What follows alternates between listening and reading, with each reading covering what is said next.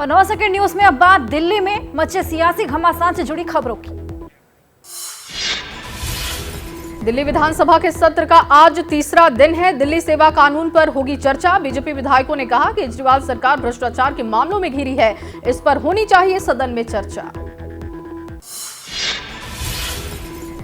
दिल्ली विधानसभा से 5 सहयोगियों को बाहर निकाले जाने के बाद बीजेपी विधायकों का विधानसभा से वॉकआउट। मणिपुर मुद्दे पर चर्चा का विरोध कर रहे थे विधायक। राखी बिरलान ने विरोध पर सवाल उठाए। दिल्ली विधानसभा से बीजेपी के वॉकआउट पर आप विधायक विनय मिश्रा ने कहा, बीजेपी नेता लोकसभा राज्यसभा के बाद अब दिल्ली विधानसभा में भी मणिपुर मामले पर चर्चा नहीं करना चाहते। दिल्ली में बीजेपी ने किया प्रदर्शन। नरेश बालियान की गिरफ्तारी की मांग की गई। बीजेपी नेताओं ने कहा, आप सरकार ने दिल्ली का विकास ठप किया, आप विधायकों ने अपने विकास के लिए भ्रष्टाचार किया। दिल्ली में बीजेपी के प्रदर्शन के दौरान बीजेपी नेता रमेश बिधूड़ी ने एक शख्स को थप्पड़ मार दिया। अफवाह ये उड़ी थी कि शख्स जेब कतरा है। रमेश बिधूड़ी ने भीड़ से खींचकर कॉलर पकड़कर शख्स को पीटा।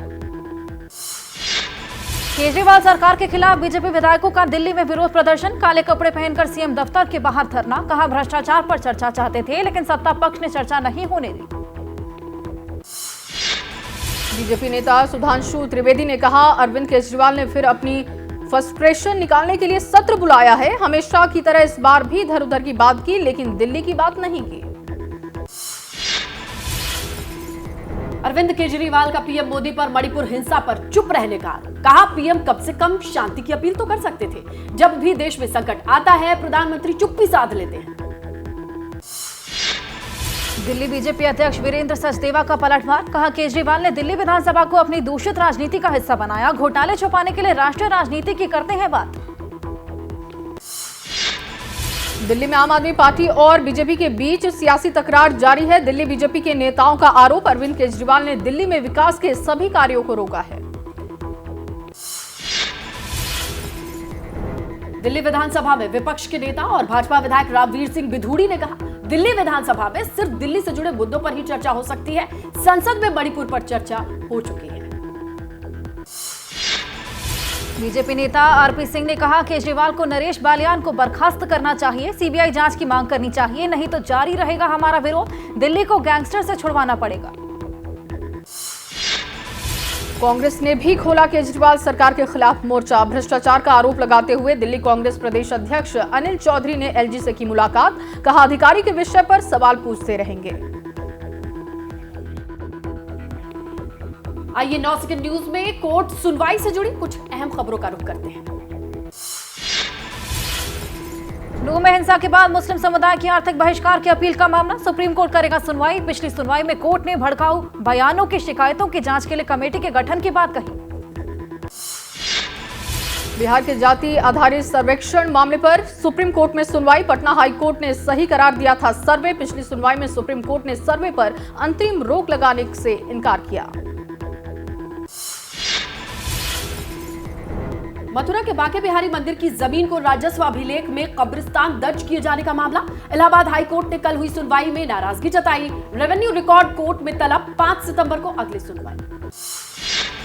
गैंगस्टर लॉरेंस बिश्नोई को गुरुवार को चंडीगढ़ अदालत में हुई पेशी। चंडीगढ़ के एक प्रॉपर्टी डीलर पर फायरिंग का मामला। 29 अगस्त को अगली सुनवाई। 2019 में सोनू शाह का मर्डर किया था। एसडीएम ज्योति मौर्य की अर्जी पर प्रयागराज की फैमिली कोर्ट में आज होगी सुनवाई। पति आलोक मौर्य से तलाक की दी थी अर्जी। पिछली तारीख पर कोर्ट में नहीं आई थी ज्योति। अब वक्त है 9 सेकंड न्यूज में देश से जुड़ी कुछ और खबरों को देखने का। सीडीएस अनिल चौहान ने अमेरिकी सांसदों के प्रतिनिधिमंडल से मुलाकात की। साझा रणनीतिक हित, रक्षा सहयोग बढ़ाने, आत्मनिर्भर भारत योजना के तहत साझा प्रोजेक्ट के मुद्दे पर भी चर्चा हुई। आत्मनिर्भर भारत योजना के तहत बने ADRDE के सर्च और रेस्क्यू किट का किया गया परीक्षण। नौसेना के P-81 एयरक्राफ्ट से किया गया किट का परीक्षण सफल। आत्मनिर्भर भारत की तरफ एक और अहम कदम। पीएम की इकोनॉमी एडवाइजरी काउंसिल के चेयरमैन विवेक देबरॉय ने अपने हाल ही में छपे लेख पर कहा कि साफ लिखा था कि ये काउंसिल का नहीं, लेखक का निजी विचार है। काउंसिल के विचार ट्वीट और वेबसाइट पर ही होते हैं पब्लिश। केंद्रीय गृह मंत्री अमित शाह आज ग्रेटर नोएडा के सीआरपीएफ ग्रुप सेंटर का दौरा करेंगे। 15 इमारतों का उद्घाटन करेंगे। सीआरपीएफ ग्रुप सेंटर में पौधा भी लगाएंगे। 12 जुलाई 2020 में शुरू हुआ था वृक्षारोपण अभियान।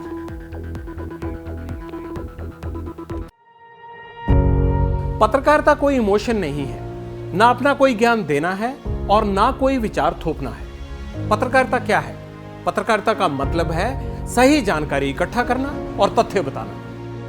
पत्रकारिता आज जितने महत्वपूर्ण दौर में है, शायद पहले नहीं थी। इस दौर से निकलने के लिए सिर्फ सच दिखाने की जरूरत है, वो सच जो आपके हित को आगे रखे। इसलिए अब रात 9 बजे प्राइम टाइम नहीं होगा, ये आपका टाइम है। जगविंदर पटियाल के साथ देखिए पब्लिक इंटरेस्ट सोमवार से शुक्रवार रात 9 बजे सिर्फ एबीपी न्यूज पर। एबीपी न्यूज आपको रखे आगे।